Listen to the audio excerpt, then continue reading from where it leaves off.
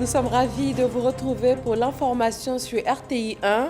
À la une ce 7 mars, les rencontres du vice-président Thiemoko Meïlie Kone avec le nouvel évêque de Yamoussoukro et ensuite avec une délégation américaine présente en Côte d'Ivoire dans le cadre de l'élection du président du groupe de la Banque mondiale.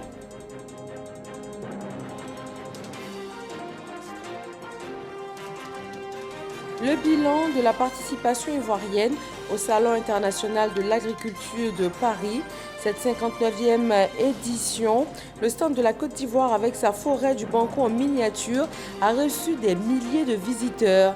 Et des filières comme l'EVA en ressortent avec de bons points, comme notamment la labellisation de l'EVA Côte d'Ivoire bientôt. Le réseau électrique à Abidjan et dans quelques villes de l'intérieur a fortement été perturbé pendant la journée d'aujourd'hui.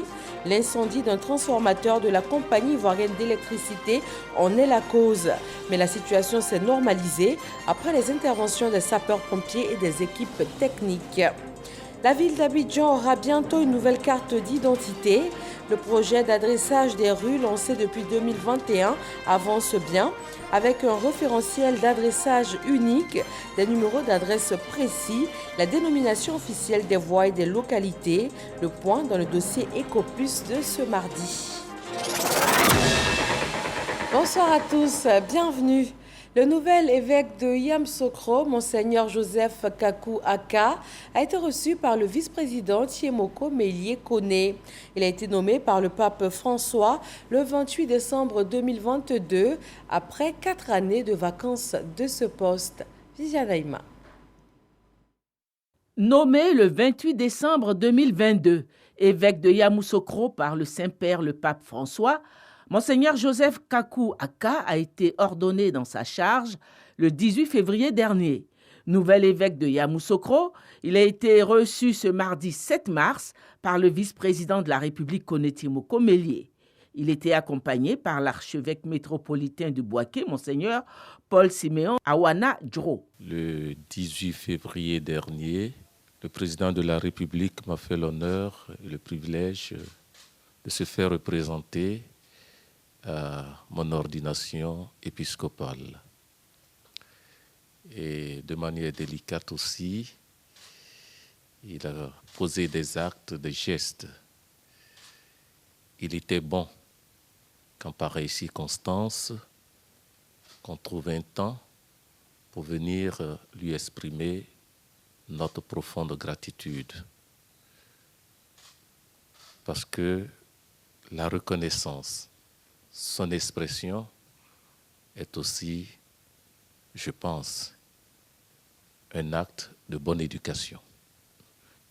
À l'ombre du baobab que représente notre aîné dans l'épiscopat, et puisqu'il est l'archevêque de Bouaké, dont dépend le diocèse de Yamoussoukro, eh bien, nous nous sommes fait accompagner par son Excellence, Monseigneur Paul Siméon Awana, pour exprimer notre gratitude, notre profonde reconnaissance au président de la République. C'est ce qui justifie notre présence au palais de la présidence en ce jour. Et nous l'avons fait à travers le vice-président qui nous a bien accueillis, qui nous a donné les nouvelles du président. Et au terme, nous avons assuré au président de la République, au vice-président et à tous les membres du gouvernement notre proximité spirituelle, notre communion priante pour l'assistance qu'il nous apporte dans le cadre de notre mission. Il est aussi de notre devoir de leur apporter cette assistance spirituelle dans le cadre de leur mission. Monseigneur Joseph Kakou Aka est dans l'ordre le 5e évêque du diocèse de Yamoussoukro. Après cette rencontre, le vice-président a échangé avec une délégation américaine. À sa tête, le candidat des États-Unis d'Amérique pour le poste de président de la Banque mondiale.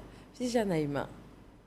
De l'avis même du vice-président de la République, Kone Tiemoko Mélié, c'est une rencontre enrichissante qu'il a eue cet après-midi du mardi 7 mars avec la délégation américaine conduite par Ojé Banga, le candidat des États-Unis d'Amérique à la présidence de la Banque mondiale, qui entame une campagne auprès des États africains. M. Banga est en visite en Côte d'Ivoire pour solliciter le soutien de notre pays, le premier pays qu'il visite dans le cadre de sa tournée africaine. Au cours de nos échanges, il nous a fait part de ses ambitions pour rendre la Banque mondiale plus performante et plus réceptive aux besoins et aux préoccupations des pays en développement. J'ai été particulièrement impressionné par la grande expérience de M. Banga ainsi que par l'intérêt qu'il porte à l'Afrique et aux défis auxquels nos pays sont confrontés. Nos convergences de vues sur les grands enjeux de développement m'ont conforté que la candidature de M. Banga mérite le soutien de la Côte d'Ivoire. Je n'ai aucun doute sur cette candidature américaine que nous soutenons et qu'elle recevra la pleine adhésion du Conseil d'administration de la Banque mondiale. J'ai donc souhaité à M. Banga, au nom de son Excellence le Président Alassane Ouattara, nos encouragements. Le candidat américain a accompagné ce soutien de la Côte d'Ivoire de promesses. J'aimerais remercier le gouvernement ivoirien, les chères personnes que j'ai rencontrées qui m'ont beaucoup appris. J'ai vu un peu les défis auxquels la Côte d'Ivoire était confrontée quotidiennement. J'ai appris beaucoup de choses de votre expérience et si d'aventure je suis élu à la tête de la Banque mondiale, aucun doute n'existera. Je ferai tout mon possible pour porter la Côte d'Ivoire très haut. Et je vous remercie encore une fois pour votre accueil très chaleureux. C'est le premier pays que je visite. Je pense que je vais revenir. Ce fut une expérience particulièrement bonne. Nous avons appris plusieurs choses, comme je l'ai déjà dit.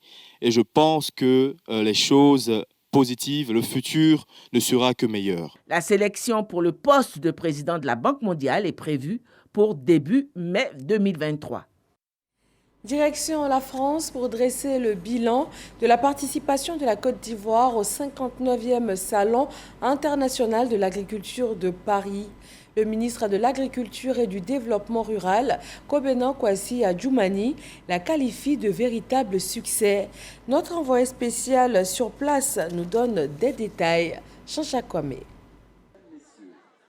Bilan satisfaisant pour le chef de la délégation ivoirienne au Salon international de l'agriculture SIA à Paris. Kwasi Adjoumani, le ministre d'État, ministre de l'Agriculture et du Développement rural, a relevé la présence du Premier ministre dans la cérémonie d'ouverture. Une présence pour soutenir le secteur de la culture, des ressources animales et halieutiques et des eaux et forêts. Il a ensuite salué l'engouement des visiteurs aux différents stands de la Côte d'Ivoire. Au regard des informations qui nous parviennent, de ce que les exposants eux-mêmes disent, et surtout de l'avis des visiteurs, le stand de la Côte d'Ivoire a été le plus animé.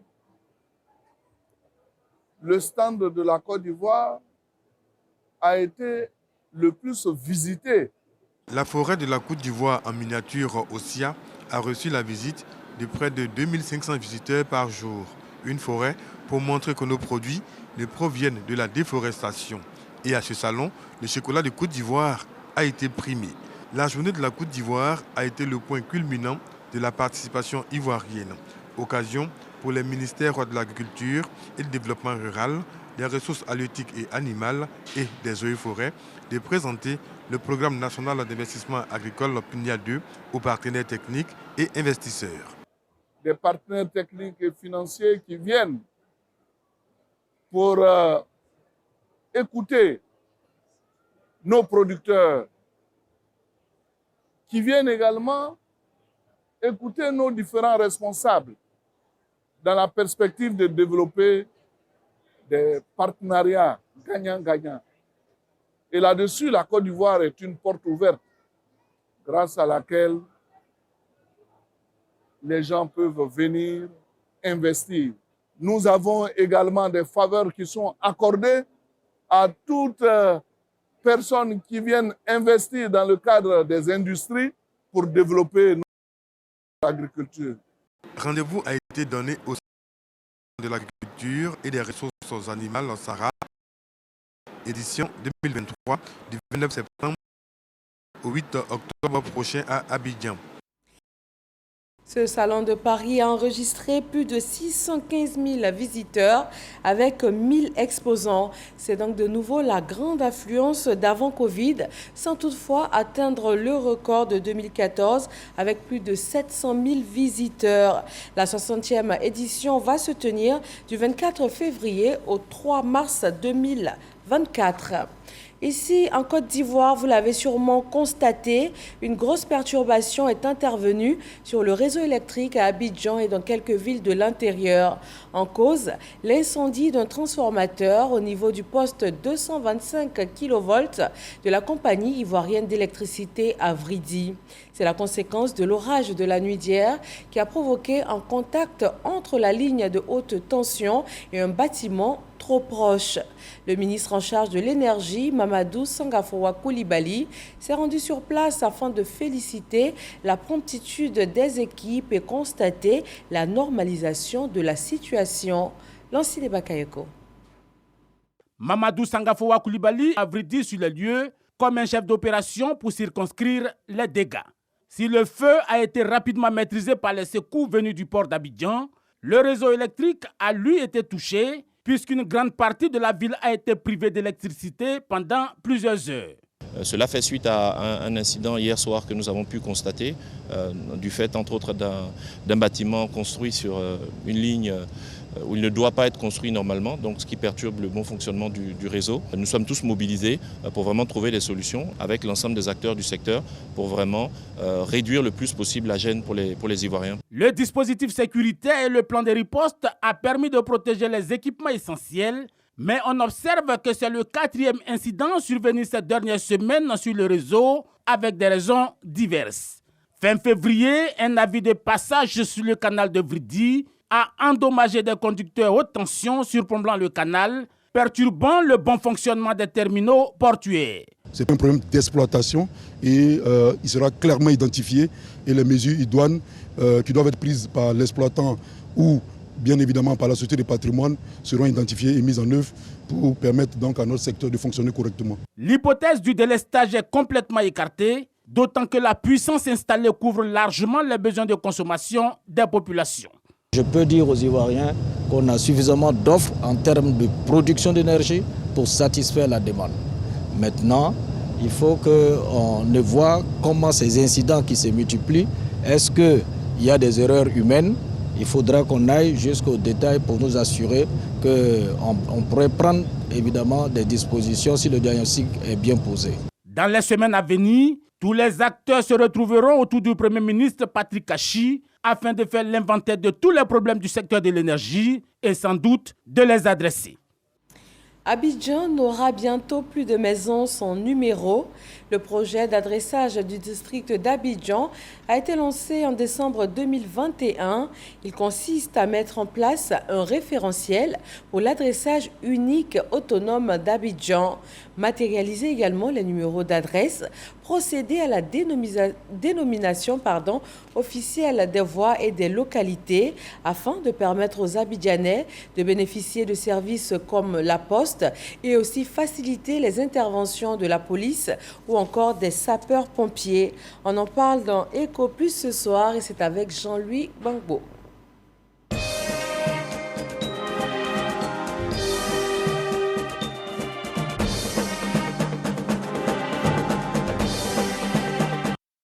Abidjan, ville cosmopolite de plus de 6 millions d'habitants.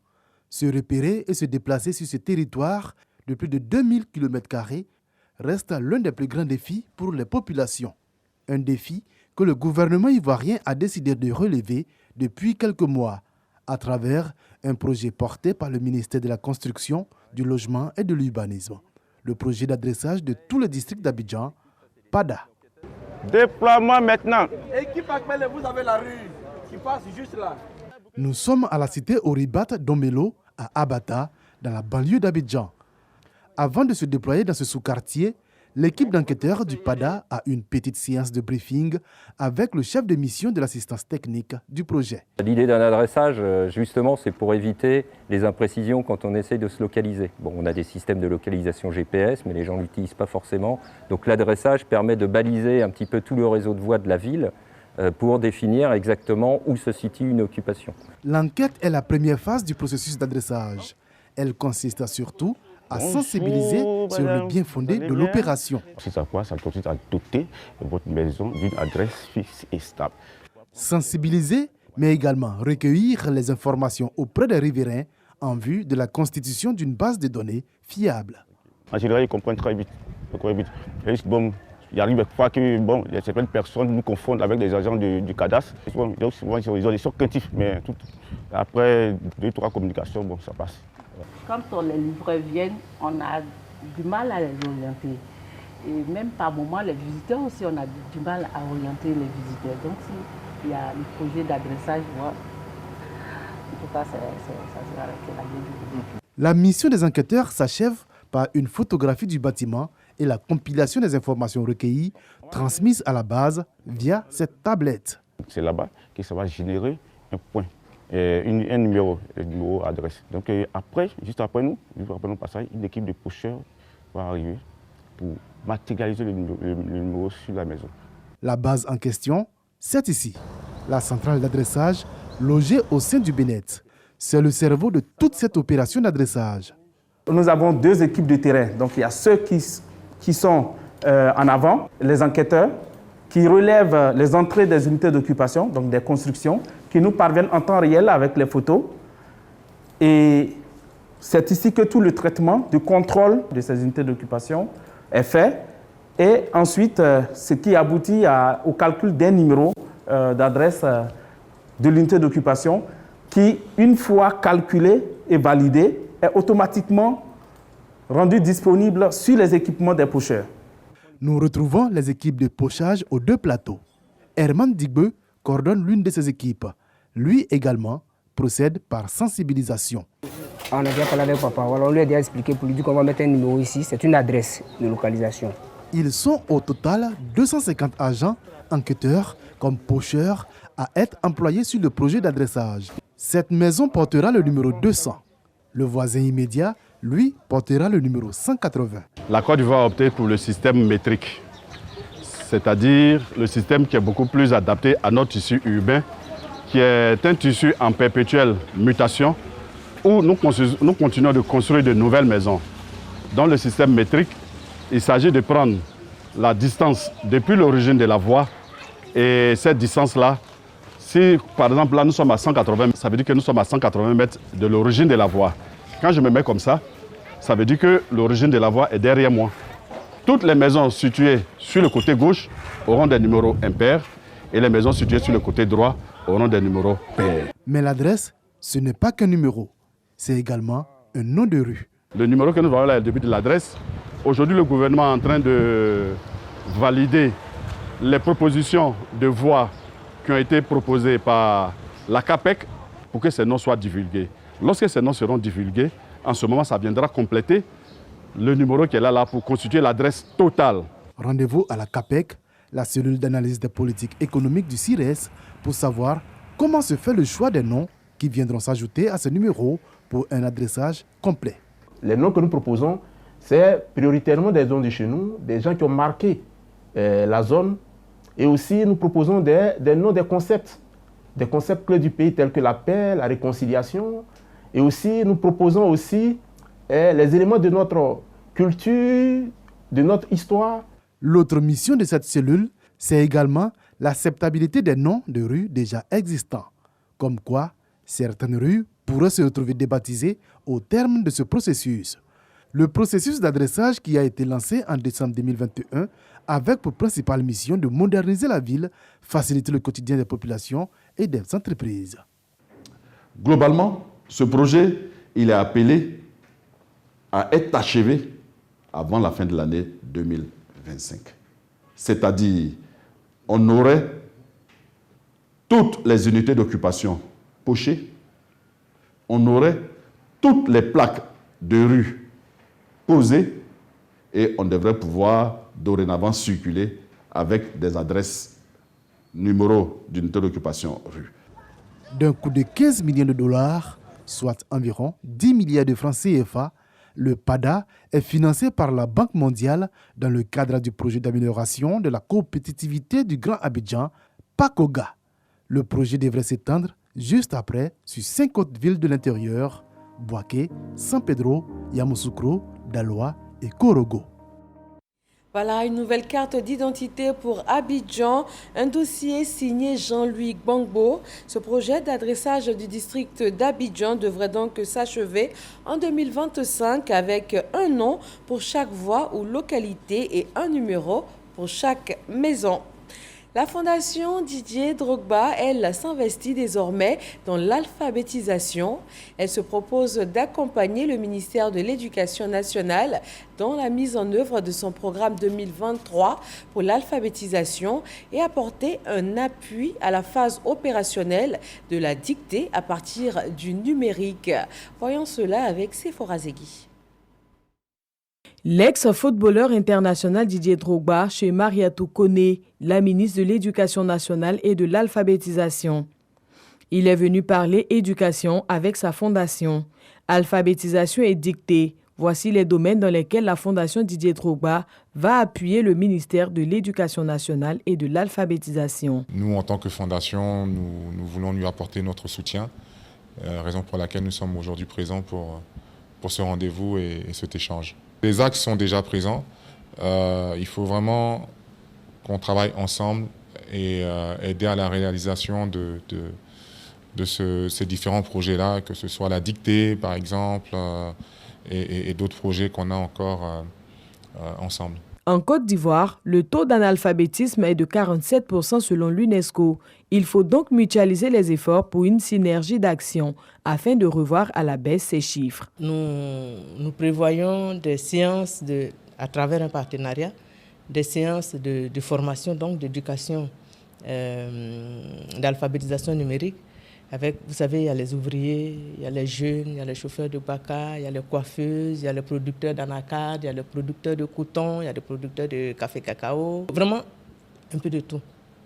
Mais la mesure, l'idée principale, c'est vraiment faire en sorte que le taux de 47% d'analphabètes puisse vraiment diminuer de façon radicale.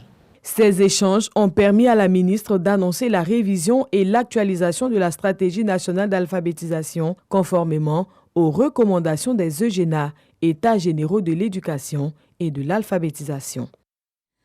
En religion, la communauté musulmane prépare le pèlerinage à la Mecque pour cette année 2023. Les consultations médicales ont démarré hier lundi. Il s'agit de tests médicaux essentiels. Laetitia Kwame et Mama Traoré. Les places pour aller en Terre Sainte sont comptées. Il faut donc s'y prendre tôt. Ce lundi, jour fixé par le commissariat du Hajj, les candidats ont donc afflué vers les sites retenus pour les visites médicales, comme ici à Trècheville au siège de l'Institut national de l'hygiène publique. Jeunes, adultes et personnes âgées sont venus à jeun pour se soumettre au bilan médical. Depuis 7 heures, je suis là pour au moins faire les vaccins, les prélèvements. Mais compte tenu que d'autres m'ont défoncé, donc pour le moment, je n'ai pas encore eu accès à l'entrée. L'exercice se déroule en 3 étapes successives. D'abord les examens sanguins, ensuite la radiologie des poumons, enfin se mettre à jour des vaccins. Après de longues heures d'attente, les candidats repartent soulagés. Bon, aujourd'hui, on dit Dieu merci, parce que comme c'est le premier jour de boulot, c'est pas facile. Moi, demain, après le jour, il y aura beaucoup d'amélioration. Alhamdulillah, on a quitté hier à Saint-Fra pour venir à Abidjan ici, parce qu'il n'y a pas de site à Saint-Fra là-bas. On n'a pas trouvé un coin qu'on peut faire ça. Donc, Maintenant, depuis on est arrivé ici, on nous accueille bien, tout va bien. Les résultats de ces examens seront disponibles dans 24 heures, suivis des consultations des candidats avec les équipes médicales du commissariat du Hadj. Au bout du processus, il sera délivré ou non un certificat médical d'aptitude, le document sésame requis pour le paiement du coût du pèlerinage. Il y a beaucoup de maladies qui peuvent handicaper le pèlerin. L'hypertendu peut être parti, mais il a besoin d'un suivi. Le diabétique peut partir, mais il a besoin d'un suivi. Mais quelqu'un qui ne peut pas se mouvoir, qui a une maladie grabataire, qui est couché, qu'il faut soulever, vous conviendrez avec moi que ce pèlerin ne peut pas effectuer le Hadj en bonne et due forme. Quelqu'un qui est épuisé par sa maladie, ou alors qui a un cancer au stade évolué, ce que certains appellent stade terminal, c'est difficile que ce pèlerin puisse voyager parce qu'il ne pourra pas accomplir les rites du Hadj comme il se doit. Pour mener à bien cette phase médicale de l'organisation, le commissariat du Hadj est appuyé par les services de l'Institut national de l'hygiène publique. Notre préoccupation, c'est qu'on puisse avoir des pèlerins en bonne santé, qui puissent aller faire ce 5e pilier de l'islam là dans de bonnes conditions. Et je pense que jusqu'ici, ça s'est toujours très bien passé. À aucun moment, les pèlerins ivoiriens n'ont été refoulés. Les consultations médicales lancées ce lundi ne concernent que les nouveaux candidats au Hadj. Pour ceux inscrits depuis 2020 et n'ayant pu partir pour diverses raisons, le commissariat du Hadj annonce qu'ils seront contactés individuellement pour la visite médicale prévue de démarrer le lundi 13 mars prochain. En diplomatie, l'ambassadeur ivoirien Sakaria Koné a présenté ses lettres de créance au président de la République des Seychelles. Il a exprimé sa volonté d'œuvrer au renforcement des relations entre les deux pays. Michel Diré. Les Seychelles, archipel de 116 îles situées dans l'ouest de l'océan Indien, reçoit le nouvel ambassadeur de Côte d'Ivoire accrédité dans ce pays. Sakaria Koné a présenté ses lettres de créance à Wavel Ramkalawan, président de la République de Seychelles, au cours d'une cérémonie solennelle. La coopération économique entre les deux pays a été au cœur des échanges. La Côte d'Ivoire est un pays agricole et les Seychelles ont beaucoup d'expérience dans le domaine du tourisme et de la pêche. Et la Côte d'Ivoire veut apprendre aussi de l'expérience de la destination seychelloise. Vous savez, le volume du commerce entre la Côte d'Ivoire et les Seychelles est vraiment bas, quasi inexistant. Et nous nous sommes engagés à tout mettre en œuvre pour que, à partir de maintenant, nous puissions commencer à vraiment renforcer les relations à travers l'élévation du volume de commerce qui lie la Côte d'Ivoire et les Seychelles. Pour relever ce défi, l'ambassadeur Sakaria Koné a eu une séance de travail avec le secrétaire général de la Chambre de commerce et d'industrie. Sakaria Koné est le deuxième ambassadeur ivoirien accrédité dans ce pays depuis l'établissement des relations diplomatiques entre la Côte d'Ivoire et les Seychelles en 1989. En politique, le secrétaire national adjoint chargé des élections au RHDP est en tournée. Il a échangé avec les populations de Ngatakro, c'est dans le département de Daoukro. Le point nous est proposé par Léon Brou. Ngatakro, à 25 km de Daoukro. Échange entre le RHDP, conduit par son secrétaire national adjoint chargé des élections, et son sénateur pour la région de Lifou et les populations. Elles disent à Jean-Claude Kouassi et Lamine Konaté leur adhésion à la vision d'une Côte d'Ivoire solidaire du président Alassane Ouattara. La grande voie de Anne Mambo est en train d'être abritée. Willy Pricro, qui n'était pas bitumé depuis combien d'années, aujourd'hui a été bitumé. Nous avons bénéficié de plusieurs projets et tout ceci là, vraiment, n'est qu'à saluer. Pour répondre à leurs doléances, le sénateur de Lifou présente aux populations le candidat du RHDP aux prochaines élections régionales. Sur place, le secrétaire national adjoint du parti chargé des élections fait sienne les attentes de Ngatakro, action immédiate à court et moyen terme à l'appui. Sur le sens de son engagement, le directeur général du LBTP dit viser l'épanouissement des populations. L'élection à venir est une élection de développement. Ce n'est pas une élection politique. Je peux avoir mon frère à côté, mais est-ce que mon frère peut régler mon problème de route? Est-ce qu'il peut régler mon problème d'eau? C'est de ça qu'il s'agit. Le président de la République m'a fait confiance, sachant qu'il y a bien des hommes politiques ici. Je vous demande humblement d'essayer de me faire confiance et on verra ensemble le résultat. Sa visite à Ngatakro dans le cadre de la tournée du secrétaire national adjoint chargé des élections pour toucher du doigt le quotidien des populations depuis la désignation de Jean-Claude Kouassi comme candidat du RHDP aux prochaines élections régionales dans le Ifou. Le FESPACO 2023 nous conduit à Ouagadougou, au Burkina Faso. Le cinéaste Roger Nyowambala a été immortalisé par une statue qui va être érigée en son honneur. La première pierre a été posée par la ministre de la Culture et de la Francophonie. Roger Nyowambala avait remporté les Talents d'or du Yenanga en 1993 avec son film Au nom du Christ. Issa Eo, envoyé spécial de la RTI à Ouagadougou. C'est sur cette voie dénommée la colonne des étalons d'or du Yenenga à Ouagadougou que sortira des terres dans quelques jours la statue du cinéaste Roger Nyowambala. Étalon d'or du Yenenga en 1993 avec son film Au nom du Christ. La pose de la première pierre de cette statue vient d'être faite par la ministre Françoise Remarque en compagnie de ses homologues burkinabés, maliens et sénégalais. Nyowambala, qui il y a 30 ans a honoré la Côte d'Ivoire avec son film Au nom du Christ. 30 ans après, c'est un symbole qui nous réunit tous autour du FESPACO, autour de la culture, autour du cinéma, autour des arts d'une manière générale, pour montrer le poids de la culture, de ce qu'elle peut apporter dans nos pays, ce qu'elle peut apporter en termes de valeurs, en termes de rassemblement. C'est déjà un symbole pour montrer que c'est un festival, comme son nom l'indique, qui est panafricain. L'acte qui a été posé ce matin est riche en symboles parce que, comme l'a si bien dit ma soeur, ici c'est l'allée des monstres sacrés du cinéma.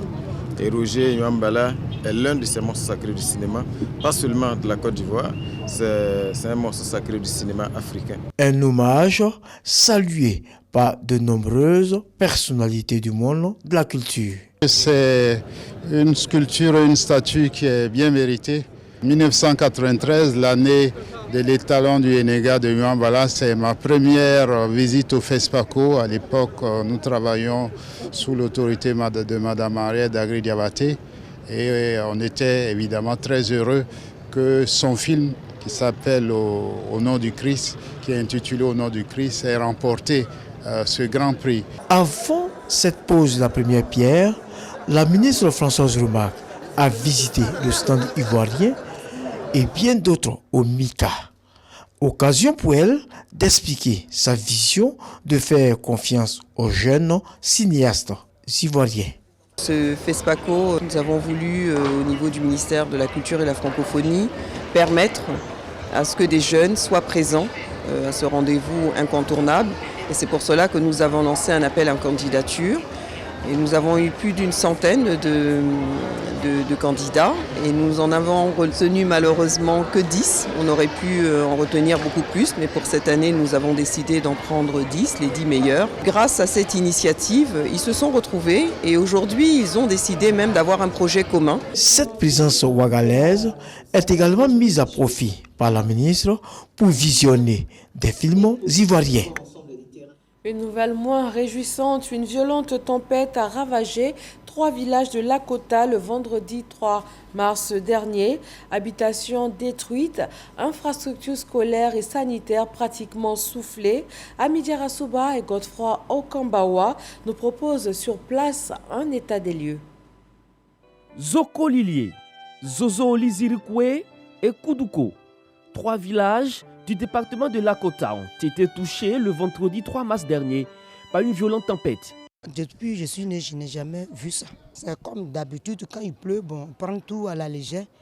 Et bizarrement, tout d'un coup, on a constaté que vraiment, il y a quelque chose qui se passait. Moi-même, j'ai vu avec mes enfants, on était dans la cuisine. Bizarrement, le vent, je ne sais pas si c'est un vent, ou bien c'est un tourbillon, ou bien c'est une tempête. Vraiment, c'est du jamais vu. Donc vraiment, on criait, on appelait au secours de Dieu, de l'Éternel. Vraiment, tous les mots de Jéhovah sont dans notre bouche. Bizarrement, j'ai constaté que vraiment notre ton, la maison, écoutez, les compteurs, tout a disparu. Le bilan, il est catastrophique, il est vraiment énorme. Au décompte des choses, c'est pratiquement 344 maisons, domiciles de nos parents qui ont été, pour certaines maisons, décoiffées, pour d'autres cassées. Et nous sommes, Dieu merci, à un bilan où il n'y a pas de victimes en vie humaine. Tout le vent qui a soufflé sur ce village a emporté toute la toiture. Il n'y a rien, plus rien sur la toiture. C'est pour nous l'occasion de pouvoir appeler à un élan de solidarité, que tous ceux qui ont la possibilité de nous venir en aide, nous serons ravis vraiment d'avoir un tout petit peu de soulagement de leur part. Zokolilié reste le village le plus touché par cette tempête, avec 344 habitations détruites.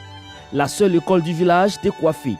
Même le dispensaire n'a pas été épargné. Ce qui est arrivé à Zokolilié, c'est vraiment inexplicable. La pluie a commencé et cette pluie est accompagnée d'un violent vent. Et c'est ce vent qui a décoiffé toutes les classes, les salles de classe, y compris les arbres implantés pour ombrage à l'école ici. Et à côté de cela, on a nos logements qui sont carrément aussi endommagés, la toiture, ce qui veut dire que les dossiers enfants au niveau de l'école et appareils électroménagers, meubles, dossiers enfants qu'on envoie souvent aussi à la maison, tout est gâté. Les autorités administratives, coutumières se sont rendues sur les lieux pour faire le constat. Ce sinistre-là, ce n'est jamais vu. Depuis plus de 50 ans que ce village existe, c'est la première fois que nous voyons cette affaire-là. Je lance cet appel au gouvernement de penser à notre population. Je pense que l'État est à côté de tout le monde, aussi bien les fonctionnaires que la population, pour leur apporter son soutien, pour que la vie reprenne rapidement et que les enfants continuent de s'instruire et que toutes les autres structures continuent de fonctionner pour l'évolution même de la vie dans notre village. Les populations de ces 3 villages attendent un soutien du gouvernement. Au Burkina Faso, de plus en plus de régions se retrouvent sous restrictions sécuritaires. Un couvre-feu vient d'être instauré dans ces régions en proie aux attaques des groupes armés terroristes. Toute la zone nord ainsi que les provinces du BAM et du Santenga sont concernées par cette mesure. Les véhicules, motocyclettes, tricycles, vélos et les personnes sont interdits de circulation entre 22h et 5h du matin. Et puis la France secouée par des manifestations et actions de blocage contre la réforme des retraites défendue par le président Emmanuel Macron. Une réforme qui pourrait être adoptée par le Parlement dans quelques jours. Cette 6e journée d'action prévoit également d'être marquée par le lancement de grèves reconductibles dans plusieurs secteurs d'activité. Tout juste après ce journal, retrouvez le débat sur la promotion de la femme. Le thème, l'accès au TIC, une garantie pour une meilleure promotion de la femme. Spécialistes, sociologues et experts en charge des questions de la femme vont échanger pendant 90 minutes sur le sujet avec Eliane Hervaux. Merci de nous avoir suivis. Rendez-vous à 23h avec Marine Cognan. Et demain, 8 mars, journée internationale des droits des femmes. Marie-Laure Goran sera chez vous à 20h. Bonsoir.